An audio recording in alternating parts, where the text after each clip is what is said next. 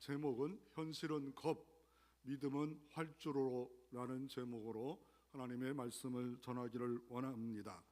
현실에 두려운 문제가 있지 않습니까? 그런데 믿음의 활주로를 가서 비상하는 삶을 어떻게 하면 살아드릴 수 있을까? 믿음으로 축복의 활주로를 활짝 비상하는 삶을 살아드릴 수 어떻게 하면 살아갈 수 있을까? 한 사람을 먼저 예를 들기를 원합니다. 그 사람은 바로 윌리엄 캐리라는 사람입니다. 윌리엄 영국에서 태어난 사람으로서 구두수성공이었습니다. 구두수성공하면 두 가지 해석할 수 있습니다. 하나는 가난했다. 아닙니다. 그 반대도 있을 수 있습니다. 지금으로 보면 가난하다, 구두수성공이면 이런 생각을 가질 수 있지만, 그러나 직업이 있다, 밥 먹고 살 수 있다, 이렇게 볼 수도 있지만 귀족이다, 귀족 같은 사람이다, 그런 건 아니었지만 현실의 직장 생활하는 그런 사람이었는데 하나님의 은혜를 받습니다. 특별히 그는 히브리서 13장 11절부터 12절을 말씀을 보다가 감동을 받습니다. 그러므로 예수도 자기 피로서 백성을 거룩하게 하려고 성문 밖에서 고난을 받으셨으니라. 그런즉 우리도 그의 치욕을 짊어지고 양문 밖으로 나아가자라는 말씀입니다. 주님은 우리의 죄를 짊어지기 위해서 십자가에 죽으셨습니다. 그런데 그 은혜를 아는 우리도 영문 밖으로 나아가자라는 말씀입니다. 헌신하라는 겁니다. 주님 믿고 달콤한 꿀만 먹고 사는 그런 삶이 아니라 기뻐하고 당연하지요. 그러나 그것만이 아니라 영문 밖으로 함께 주님처럼 나아가자, 헌신하자. 주님이 우리에게 요청한 것이 무엇일까 생각해 보니까 선교였던 것을 깨달았습니다. 선교해야 되는구나. 그래서 영국이 엄청나게 부를 누리고 영국이 엄청나게 많은 교회가 생겼지만 밖으로 나가지를 않습니다. 선교하지 않습니다. 그래서 목사님들에게 말합니다. 선교해야 됩니다. 인도 선교를 해야 됩니다 라고 이렇게 말했더니, 하나님이 하시는데 니까지 이렇게 뭘 그냥 있어. 하나님은 절대 주권자야. 하나님이 하시면 할 수가 있어 라고 이런 말을 합니다. 어떻게 보면 하나님의 절대 주권을 믿는 거 너무나 좋아요. 그런데 영문 밖으로 나아가자는 이 말씀 앞에는 잘못된 거 아닙니까? 그래서 윌리엄 캐리는 이렇게 씁니다. 하나님으로부터 위대한 일을 기대하라. 하나님으로부터 위대한 일을 시도하라. 그래서 선교를 여는 아버지가 됐습니다. 선교를 시작하는 근대 선교를 여는 아버지가 되었고, 그 근대 선교를 황금기를 이루었고 현대 선교까지 도전을 주는 윌리엄 캐리가 있었던 것을 우리가 알 필요가 있습니다. 여러분의 삶은 어떻습니까? 인도 크고 넓은 땅에 가서 나 같은 구두수성공이 무엇하리요? 라고 두려움, 겁만 먹고 살아가는 삶을 살아가고 있습니다. 하나님으로부터 위대한 일을 기대하라. 하나님으로부터 위대한 일을 시도하라. 여러분, 시도하고 있는 것이 있습니까? 겉보처럼 그냥 쫄보처럼 살아가고 있습니다. 오늘 본문에 나오는 갈렙은 나이 86세에 이런 고백을 합니다. 현실은 겁이지만 믿음으로 말합니다. 저 산지를 주옵소서 라고 고백하고 간청합니다. 우리에게는 산지가 두 가지가 있다고 생각이 되어집니다. 영적 헤브론 산지, 두 번째 삶 속에 있는 헤브론 산지입니다. 너무 두려워요. 겁을 먹었어요. 부정적이에요. 난 이렇게 살아야 돼. 가정에 들어가도 이런 산지가 있고, 남편을 봐도 자녀를 봐도 물질을 봐도 이런 산지가 있지 않습니까? 영적인 산지가 있지 않습니까? 물질의 산지가 있고 시간의 산지가 있고, 이거 정복해 드려야 되는데 나는 할 수가 없어. 내 시간이 없어, 체력이 없어 이러면서 세월을 흘러보내는, 현실은 겁이 많은 그런 삶을 살아가고 있습니까? 아니면 이 영적으로 이 산지를 정복해서 하나님께 영광 돌려드리고 있습니까? 삶 속에 있는 이 산지가 있었는데, 야, 5월달에 정복됐구나, 할렐루야, 하나님께 오직 영광 돌려드리옵나이다, 이런 감격스러운 주일 예배가 되어지고 있습니까? 야, 너무 많은 산지가 너무 많은데 나는 왜 졸고 자고 게으르고 낙심만 하고 있을까? 이런 삶을 살아가고 있습니까? 그러면 다시 한번 여러분의 산지가 그 모든 곳에 믿음의 축복의 날개가 활짝 펼쳐지는 이 시간 되어지기를 주의 이름으로 축원합니다.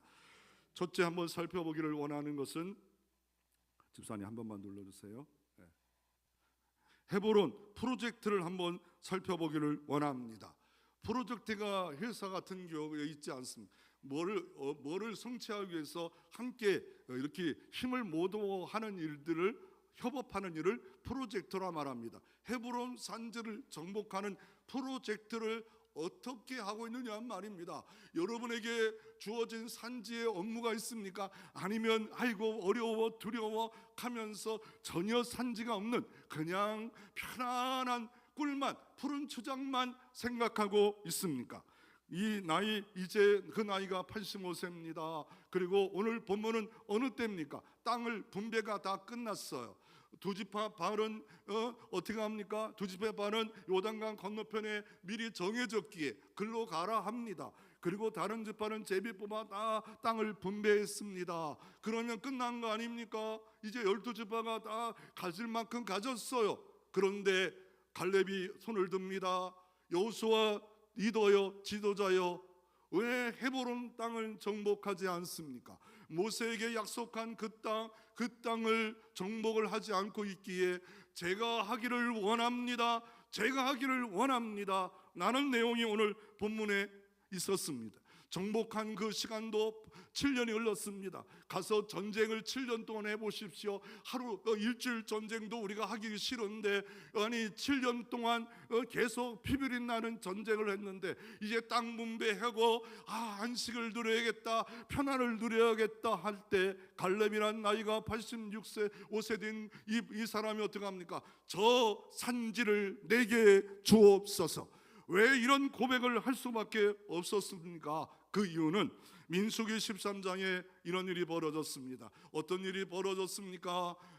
이스라엘 민족이 이제 가데스 바네까지 왔습니다. 가데스 바네에서 이스라엘 땅에 가기 가까운 데까지 온 겁니다. 가까운 데 와서 이스라엘 땅을 점탐하려고 12명을 보냅니다. 여기 12명은 누굽니까? 이스라엘은 12지파라 대표적인 리더를 데리고 와서 가서 땅들이 어떤 땅인가, 어떤 그 좋은 땅이냐, 나쁜 땅인가, 정복할 땅인가, 어려운 땅인가 한번 가서 정탐하고 오라라고 40일을 줍니다. 그래서 가서 스파이처럼 다 다니면서 적고 연구해서 왔겠지요. 다 모였습니다. 200만이 다 모였습니다. 모였을 때 어떤 일들을 합니까? 보고합니다. 야, 땅들은 참 좋대요. 이집트 땅은 사막 땅이라 비가 오고 홍수가 범람하지 않으면 농사 지을 수 없지만 그 땅은 비 오면 그래도 살만한 땅입니다 라고 말합니다. 어떤 사람은 어떻게 합니까? 에스겔 골짜기에서 포도송이를 두 사람이 메고 옵니다. 그런데 이 포도송이를 맸다면 다 떨어지겠죠. 그 나무 자체를 잘라서 큰 포도를 보여주면서 이렇게 좋은 땅이 그 땅입니다. 젖과 꿀이 흐르는 땅입니다. 이건 같이 동일해요. 그런데 10명이 보고합니다. 그런데요, 그곳에는 안악자손이 있었습니다.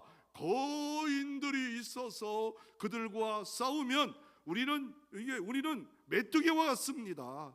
메뚜기 컴프레스 같은 말을 합니다. 그랬더니 어떻게 합니까? 같이 모였던 200만들이 원망합니다. 어떤 원망을 합니까? 아니 이집트에 매장지가 없어서 여기까지 와서 죽게 하는가 하고 돌을 들어 모세를 치려까지 합니다. 그랬더니 그 2명 여호수아 갈렙이 말합니다. 크고 견고한 사람도 있고 성읍도 있는 것 맞습니다. 그래도 하나님은 분명히 하라고 하시면 가능할 수 있습니다 라고 말을 하지만 사람들은 어떻게 합니까? 여전히 원망의 그 말에 다 녹아내버려 버립니다. 그럴 때 하나님은 진노하십니다. 내 귀에 들린 대로 다 행하여 주리라. 네 말한 대로 다 행하. 지금까지 수많은 이적과 기적을 보여줬건만 이제 조금 있으면 들어갈 그 땅 앞에서도 여전히 이 모습이냐? 너희들 이 애굽의 노예 근성, 세상의 이 버릇 이거 고쳐놓지 않으면 들어간들 무슨 소용이 있겠냐 하면서 정탐한 40일을 계산해서 40년 동안 광야에서 살게 하리라. 하루가 40년이 됐어. 40년이 돼서 옛사람 옛습관 부정적인 말, 원망의 말 이거 다 빼내는 일에 40년이 걸려요. 40년 동안 광야에서 놀라운 이적과 기적을 보고 이제야 땅을 다 분배하고 이제 편안히 살 때 갈렙은 아니옵니다. 저 산지를 주시옵소서라고 합니다. 그 이유가 뭡니까? 그 이유는 자기의 선조 중에 최초의 선조 아브라함이 갈대 우르에서 먼 땅 그걸 지금 이라크죠. 먼 곳에서 왔는데 그 가나안 땅에 와서 이 헤브론에서 예배드렸고 천사를 만났고 살다가 여기다가 땅을 샀습니다. 왜 땅을 샀냐면 자기 부인 사라가 죽자 어떻게 합니까? 그 주변에 있는 사람들에게 땅을 팔라 그랬더니 아이 그냥 가지세요. 아이 뭐 이거 뭐 가지세요. 그럼에도 불구하고 400 크시타를 줘서 샀다라고 말합니다. 그럼 크시타라는 가격은 얼마일까? 어떤 사람은 엄청나다. 은 크시타가 있었는데 오해되는 것이 뭡니까? 이 크시타가 은금이 그때는 은이 희귀한 때라 100배나 많다고 어떤 교수가 권혁준 교수가 이렇게 어느 신문에 올렸어. 그런 것들은 다 근거 없는 말. 그게 뭘까? 권혁순 교수가 미안합니다. 권혁순 교수 저 그분은 잘 모르는 분이에요. 그런데 유명한 잡지에다 올려놨더라고요. 그 돈이 얼마일까? 그러면 그 땅을 왜 샀을까? 그리고 이 헤브리라는 뜻은 뭐냐면 교제, 친교라는 뜻을 갖고 있는 지역입니다. 그 헤브론 친교, 교제, 더 나아가 아브라함이 묻혔던 아브라함 부인 사라가 묻혀 있어. 아니 그 아브라함 부인만 묻힌 게 아브라함도 묻혔고 그 아들 이삭도 묻혔고 이삭의 부인 리브가도 묻혔고 더 나아가 야곱도 묻혔고 야곱의 부인이 4명인데 그 중에 레아가 묻혔고 더 나아가 나중에 요셉이 여기에 주변에다 묻힌 그런 그 묘실이 이 묘실입니다. 그러니까 믿음의 선조들이 다 흔적이 있는 땅도 정복하지 못하고 그냥 냅두면 되겠습니까? 왜 그랬을까요? 사사기 1장에 보면 다 쫓아내지 못하였더라 라고 말합니다. 들어갔는데 쫓아난 것은 어디입니까? 평지에 쉬운 일, 해볼 만한 일들은 했어요. 그런데 다 하지 못하니까 누구 때까지 갔어? 다윗 왕 때. 어떤 일이 벌어? 다윗이 헤브론에서 7년 반 왕으로 있다가 7년 반 헤브론에서 다윗 왕국을 시작했어요. 그러다가 다윗성을 정복하잖아요. 왜요? 그곳에 누가 있었어? 여부서 족속이 있었더라. 아직도 다윗 시대에 가나안 땅이 다 정복된 게 아닙니다. 여러분은 어떻습니까? 예수 믿고 천국이 임했는데 중심에 하나님이 모든 삶을 통치하도록 내어드렸냔 말이에요. 시간을 내어드렸습니까? 물질을 내어드렸습니까? 내 몸을 내어드렸습니까? 다 결정했습니다. 하나님 것입니다 라고 주님의 통치를 내 모든 삶이 아니면 내 가정이 다 주님 것입니다. 주님의 기업입니다. 주님의 마음대로 통치해 주세요. 이것만은 건드리지 마세요 하는 쫓아내지 못한 것들이 다윗 시대에 가서야 그제서야 다 쫓아내지 않았습니까? 그런데 갈렙은 왜 여기를 쫓아냅니까? 그리고 세월이 흘렀어요. 세월이 무려 흘러 이제 한 45년. 그러니까 그러니까 어때? 땅을 분배한 연도가 5년이나 7년 되죠. 그러니까 그 나이 이제 45년이 지났어. 그러니까 7년 땅 정복하고 이제 이 보고한 후에 45년 지났습니다. 85세가 됐습니다. 그런데 또 하나, 그 첫째는 선조들이 묻힌 땅을 우리가 그냥 지나가면 안 됩니다. 이 땅은 너무나 중요한 땅인데 이 땅의 근거를 아브라함이 땅 사놓고서 우리가 돌아올 땅을 증거 표징 있는 땅인데 안 하면 안 됩니다. 두 번째로 안악자손입니다. 안악자손이 우리 민족이 잘못하면 사본오열돼 가지고 모세도 죽이고 이런 파람치한 일을 할 수밖에 없었던 이런 일들이 있었던 이런 일들의 대표적 사람이 안악자손인데 안악자손을 죽여놓지 않고 내가 어떻게 눈을 감겠습니까? 편안히 쉬겠습니까? 그래서 안악자손을 정복해야 되겠습니다. 거의 그 안악자손을 정복해야 되겠습니다라고 말합니다.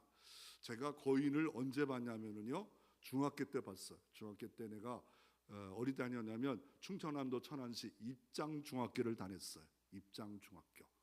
입장 곤란하고 입장. 그런데 제가 1학년 때 농구장 갔더니 어떤 키가 큰 사람 하나 있더라고요. 그래서 뭐 같이 놀아줬어요. 그랬더니 그 이름이 함기범이에요. 함기범. 기아의 선수 함기범. 2m 22. 나보고 그러더라고요. 농구할래? 그래서 미쳤어. 나는 내가 걸어다니는 것도 힘들고 사는 것도 힘들고 나 학교를 그냥 멀어요. 이게 심리 걸어와서 중학교를 가야 되니까 막 이거 힘들어 죽겠는데 고등학교는 딱 집에 가까웠어요. 그냥 이건 중학교는 멀어요. 고등학교 더 멀어요. 야, 학교 다니기 힘들어 죽겠는데 하래요. 야 라이씨 이러면서 그랬더니 고등학교를 같이 다녔어요. 그랬더니 이게 얼마나 키가 큰 줄 알아요? 2m 20이면 버스를 못 타요. 타는 방법 알아요? 차장이 내려가는 단계에서 서 있어야 머리가 딱 맞아요. 그리고 차장이 거기 서 있으면 그 같이 설 수도 없잖아요. 그러면 어떻게 서는 줄 알아요? 옛날에 환풍구가 있어요. 환풍구에도 그다 머리를 꽉 잡고 있어야, 그러면 조금만 쿵하면 머리 박아요. 그러니까 늘 이렇게 구부장하고 살았던 사람이 기아의 거인. 근데 왜 그러냐면 아버지가 경문궁 수문장 할 정도로 키가 컸더라고요. 그러니까 아버지의 그 DNA가 있었는지 키가 컸어. 그러니까 또 키가 큰 것이 성경이 얼마나 컸을까? 성경에 나오는 게 누굽니까? 다윗이 이겼던 블레셋 사람 골리앗 2m 96이에요. 그러니까 2m 96이니까 그 당시에도 엄청 큰 사람이 있으면 2m, 3m 짜리가 있었고 그 마을이 있었다라고 말합니다. 그래서 여호수아 11장 21절을 보십시오. 여호수아 11장 그기만 산 게 아니에요. 여호수아 11장 21절에 보면 그때 여호수아가 가서 산지 헤브론과 드빌과 아낙과 유다 온 산지와 이스라엘 온 산지에 아낙 사람을 멸절하고, 그러니까 이런 아낙 사람 같은 사람들이 헤브론만 있는 게 아니었어요. 드빌, 아낙, 유다 온 산지에 그냥 좋은 데는 다 그냥 이 거인들이 정복하고 왕국을 이루고 있는, 도시국가를 이루고 있는 그러니까 헤브론만 있는 게 아니에요. 그러니까 이 헤브론을 딱 정복하고 다른 데도 정복해야만이 딱 중간쯤이에요. 중간쯤. 이 중간쯤이 딱 정복하지 않으면 얼마나 불안합니까? 그래서 아낙 자손을 정복하겠습니다 라고 말했고, 결국 여호수아 15장 14절에 갈렙이 거기서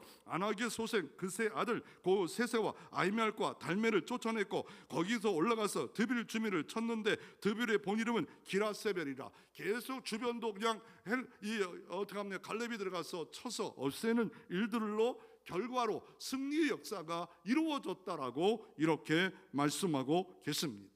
그러면 갈렙은 뭐가 있었을까요? 분별하는 겁니다. 시대를 분별합니다. 하나님의 눈이 있는 거예요. 하나님이 뭘 기뻐하는 건가? 나의 한 가지 소원이 뭡니까? 나의 한 가지 소원, 편안하게 안식을 누리면서 사는 거, 이것도 될 수 있겠지만, 그러나 나의 오직 한 가지 소원, 하나님을 기쁘게 해드리라 했던 그 삶. 그래서 오늘 본문 14절에 이렇게 말합니다. 이 갈렙에 대해서 평가하기를 하나님은 이렇게 그가 하나님을 온전히 쫓았더라. 45년 전이나 지금이나 한결같이 진실될 마음으로 온전한 마음으로 쫓아더라라고 이렇게 평가하고 있고, 그 온전한 믿음, 온전한 마음이 하나님을 기쁘시게 했고 아낙 자손 헤브론을 정복해서 하나님께 드려지고 하나님 나라를 확장하는 귀한 인물이 되어서, 결론적으로 이 갈렙은 어떻습니까? 그 땅의 족속을 만들어가는 귀한 축복의 믿음의 귀한 인물이 되었던 것처럼 우리에게도 똑같이 분별력이 있어야 돼. 내가 이 산지가 볼까? 내 앞에 있는 산지가 볼까? 내가 지금 거푸처럼 있는 거 아니야? 너무 거푸가 아니야? 쫄보 아니야? 영적 쫄보 아니야? 나는 믿음의 거성을 갖고 있는 사람일까? 나는 정말 온전히 주님을 쫓고 있는 걸까? 현실 상황만 바라볼까? 이 갈렙이라는 사람은 어떤 사람입니까? 이름이 게요. 여러분, 옛날에 게라고 부모가 질 정도 하면 노예든지 아니면 하이든지 이방 사람이에요. 보통 이스라엘 사람은 아브람, 유다 뭐 이런 이름들을 참 잘 줘요. 베드로, 반석 뭐 이런 뜻.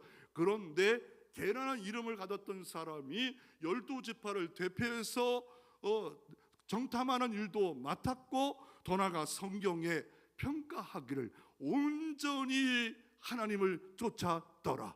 그렇게 훌륭했던 여호수아도 보지 못했던 그 산지를 정복하는 온전히 여호와를 쫓았더라. 여러분, 무덤 묘지에 저분은 정말 온전히 주님을 쫓은 권사님이셨습니다. 이라는 사람들의 마음속에 기억되는 그런 믿음의 인물 다 되시기를 주의 이름으로 축원합니다. 그리고 이게 400크시타인데 묘지를 샀는데 400크시타, 이게 돈을 계산하려면 사물을 돈을 10가지를 알아야 돼요. 예를 들어 티니키아 터키 가면 달러도 사용하고 유로도 사용해요. 그리고 레란가 참 갔다 와서 헷갈려서 틀려도 이런 모르니까 어차피 모르니까 리라네.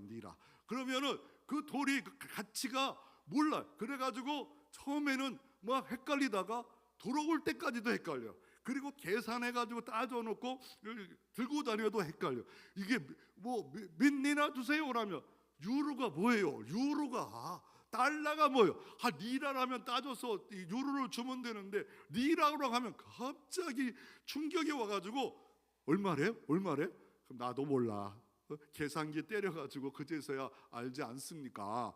성경에 나오는 뭐 게라, 뭐 다락, 크시핑, 픽, 달란트, 뭐 이게 성경이 크시티, 뭐 그런 거 잘 모르잖아. 그러나 공부해서 딱 계산하면 1달러가 얼마고 1유로가 얼마고 리라가 얼마고 딱 머릿속에 있으면 계산이 딱 나오지 않아요? 대략 얼마냐면 2억 정도가 돼요. 2억.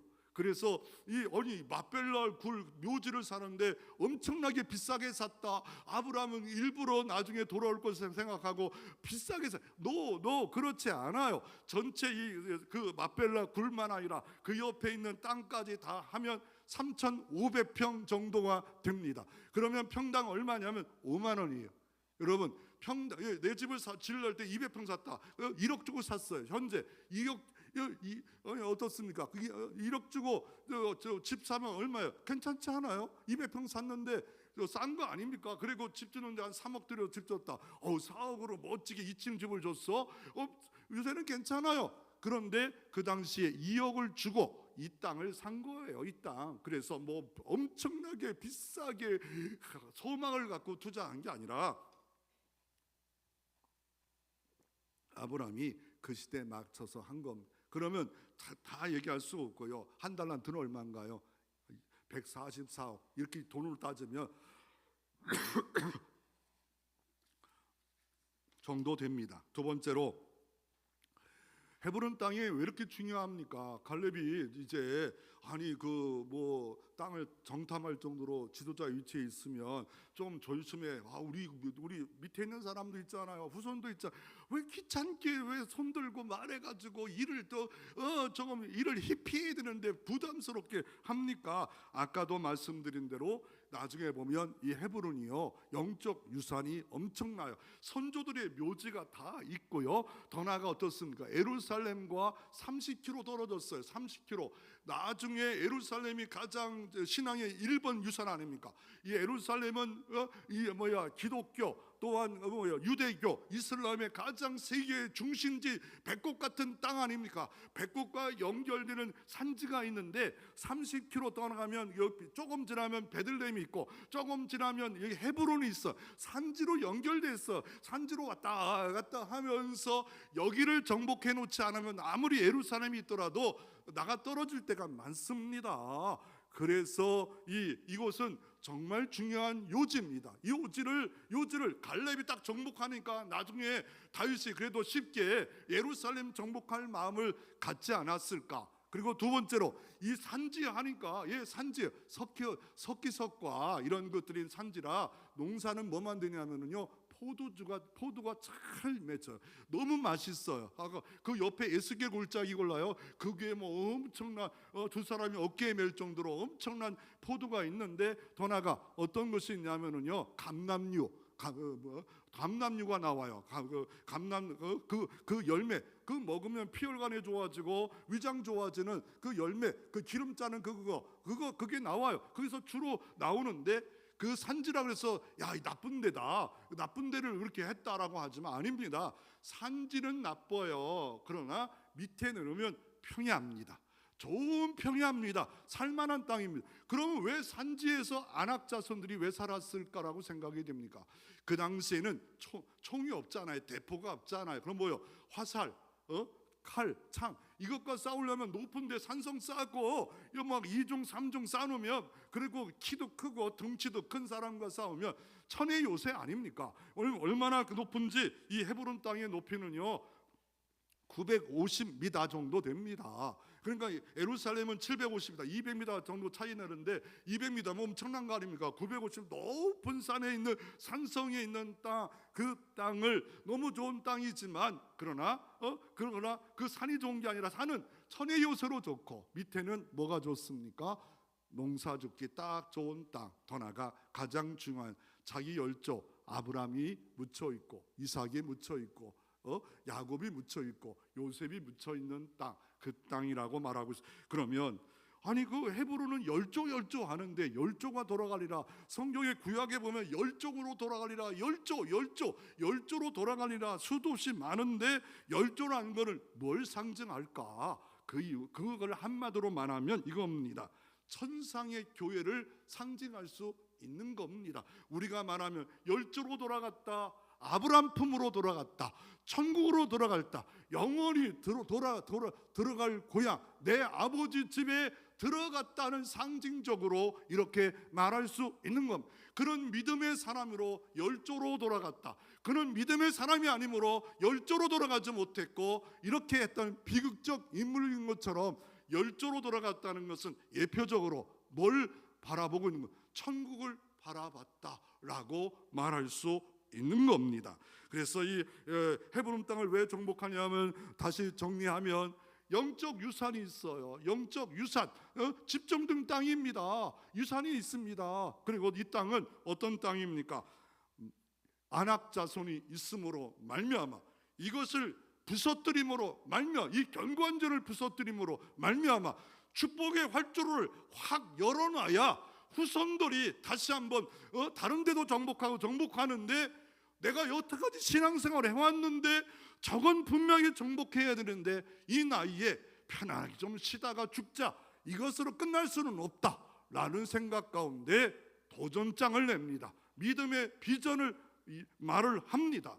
그러면 성지순례 가면은요 여기를 갑니다.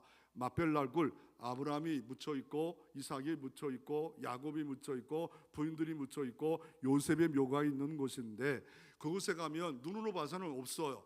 그 위에다가 예수님 당시의 왕이었던 헤롯이 큰 건물을 지금까지 있어요. 그 헤롯이 지은 건물 딱 가면 야 이거 성경 있는 거 다 있네. 야 성경은 사실이네. 또 가는데 또 뭐가 있냐면 그 밑에 지하에 묘실이 있는데 묘실이 지금 누가 주로 살고 있냐면은요 여기 강력한 이슬람 교도가 있고 여기 강력한 유대 아주 그냥 그냥 진짜 강력한. 그래가지고 요 묘지를 두고 맨날 싸워요. 그래가지고 어떻게 합니까? 묘지를 딱 나눴어요. 요쪽은 이슬람들이 들어올 수 있는 땅, 요쪽은 유대인들이 들어올 수 있는 땅. 우리 같은 사람은 얼마든지 갈 수 있지만 여기는 함부로 갈 수가 없습니다. 경찰의 보호를 못 받아요. 유대인의 경찰의 보호를 받지 못해서 어느 날 왜 이렇게 나눠졌냐면 이 아랍 사람이 총 들고 와서 유대인들을 막 쏴버렸어요. 이럴 바를 딱 나눠서 통로도 다르게 들어가고 만나지 말자. 그래서 언제 어느 때 전투가 일어날지 몰라. 성지순례 보험 들어서도 여기는 갈 수가 없어요. 근데 갔다 온 사람이 있더라고. 내가 아는 사람인데 어느 날 우리 갔다 왔더니 여기를 갔다 왔대. 그 지역에 있는 가이드와 한 명과 함께 목숨 걸고 들어가서 보고 왔다라고 하더라고요. 봤는데 이거 들어갔다 왔다 들어와서 이방인도 오긴 오는데 정말 목숨 걸고 어느 때 총알이 날라올지 모르는 그런 팔레스타인 자치부가 있는 그런 지역에 아주 짱아찌 같은, 왜 우리 선조들이 있는데 왜 니들이 다가왔냐, 아마 유대교 한 막 사람들도 여기 끝까지 나 여기 지키리라 하는 그런 땅도 이 땅입니다. 그러면 우리가 적용을 어떻게 해야 되겠습니까? 아니 이렇게 열조가 중요할까? 예. 열조들의 뼈들을 어떻게 하면 동굴에다가 사람이 죽으면 탁자 위에다가 1년 동안 이렇게 내덮다가 뼈만 추립니다. 뼈만 추리면 그래가지고 다시 열조로 돌아가게 만들어 뼈와 뼈들을 맞추는 것이 유대인들의 장례식법인데, 그런 인물들이 또 성경에 있었을까요? 예. 누가 있었습니까? 야곱도 그렇게 했어요. 또 누가 있었습니까? 요셉도. 야곱은 오래 살았는데, 야곱은 어떻게 했어요? 야곱은 이집트에 와서 살았어요. 이집트에 와서 살았는데 어떻게 갔지?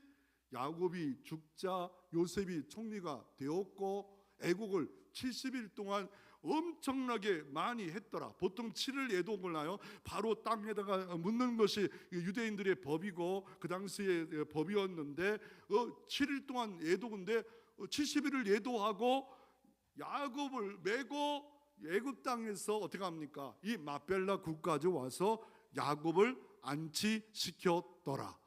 그리고 더 대단한 것이 뭐냐면 야곱의 아들 요셉이 있습니다. 국무총리가 됐습니다. 애굽 제국의 국무총리가 됐고 요셉 대단한 인물이다. 역사의 인물 아닙니까? 그런데 요셉이 죽으면서 이렇게 예언합니다. 어떻게 예언합니까? 가나안 땅에 혹 들어갈 때 내 뼈를 추려서 가시옵소서. 내 뼈를 추려서 가시옵소서. 그러자 어떻게 합니까? 430년이 때가 되니까 애굽에서 나올 때 요셉의 뼈를 추려서 출애굽하였더라 라고 말씀하고 있는 요셉의 본향에 대한 사모함, 우리는 이 사모함이 있냔 말이에요. 영원한 천국, 내 아버지 집에 대한 사모함이 있다면 내 산지는 무엇이냔 말이에요. 산지가 뭔지도 모르면서 엉망진창으로 살아가고 있는 이런 삶을 살아가고 있느냐, 아니면 산지 앞에 알긴 아는데 겁나 두려워, 할 수 없어, 이거 못해, 이런 부정적인 말과 태도를 갖고 하루하루를 살아가고 있습니까? 그래서 적용을 이렇게 하기를 원합니다. 그러면 나는 왜 못 가요? 나도 갑니다. 축복의 활주로, 첫 번째 믿음으로 우리가 축복의 활주로로 들어갈 수 있습니다. 찬양에도 이렇게 말하, 이 눈에 아무 증거 아니며도 믿음만을 가지고서 늘 걸으면 이 귀에 아무 소리 안 들려도 하나님의 약속 위에 서리라. 주님의 거룩함을 두고 맹세한 주 하나님 아버지는 참 미쁘다. 그 귀한 모든 약속 믿는 자에게는 능치 못할 무슨 일이 있을까? 찬양하면서 가는 것, 믿음으로. 믿음은 바라는 것들의 실상이요 증거라고 했기에 어떻습니까? 눈에는 겁이에요. 현실은 안 돼요. 할 수가 없어요. 그러나 하나님이 하시면 된다. 하나님이 하시면 이루어질 수 있다. 그래서 갈렙의 믿음을 갖고 있었습니다. 갈렙은 정탐할 때보다 때도 그랬어. 과연 그곳은 거인들이 있기 때문에 안 됩니다, 죽습니다 라는 10명의 부정적인 보고하는 사람들이 있습니다. 대세가 그쪽을 따라가고 있지 않겠어? 아니 200만이 같이 합쳐졌어요. 그러면 2명은 쫄보였으면 막 말을 하지 말아야죠. 그런데 이렇게 말합니다. 맞습니다, 거인입니다. 그래도 하나님은 살아 계십니다. 그래도 하나님은 정복할 수 있다고 말씀하십니다. 그래도 하나님 함께 하시기에 저들은 우리의 밥입니다. 이런 태도가 참 중요하다고 생각했습니다. 그래서 오늘 나이가 85세 편안할 때 저 산지를 주옵소서. 모세에게 약속하셨던 그 땅, 그거 여호수아여 들었지 않았습니까? 그런데 왜 산지를 정복하지 않습니까? 산지를 정복하십시다. 내게 맡겨 주십시오. 다른 사람 하라고 하지 않습니다. 여러분, 비행기도 어때요? 고개를 쳐들면 올라가지 않아요? 805톤을 가지고 있는 그런 비행기 있습니다. 그 현재 비행기 중에 있었던 게 가장 무게를 850톤을 들고 올라가는 그런 비행기인데, 미국에서는 이제 또 비행기, 더 큰 비행기, 보통 지금 85m인데 100m 정도 되는 비행기를 만들. 왜요? 왜냐하면 풍력을 하려고 하면 날개가 필요한, 날개를 어디다가 옮길 수가 없대. 그 큰 날개를, 그 날개를 옮길 수 있는 비행기를 만드는데 100m 정도 되는 날개. 그래서 어떻게 해요? 고개를 들어 창공을 날아가 805톤의 짐을 지고 올라가야 되는데 1톤만 줘도 아이고 무거워, 할 수가 없어, 어떤 다른 사람이 하면 안 될까 책임이 피하고 핑계대고 이러지 않습니까? 그래서 안 돼, 할 수 없어. 말투가 중요합니다. 말투가 중요합니다. 내 자녀에게도 살리는 말투로 해야 되는데 죽이는 말투로 하면 죽이는 겁니다. 야, 그까지 공부 못해? 나 같으면 공부 내가 하면 얼마든지. 그럼 애가 뭐라는지, 엄마는 공부 별로 잘했지 못한 것 같은데 성적표 갖고 와봐요 빨리. 말투를 조심하세요. 그래서 믿음으로 아벨은 정복합니다. 믿음으로 요셉은 정복합니다. 믿음으로 모세는 정복합니다.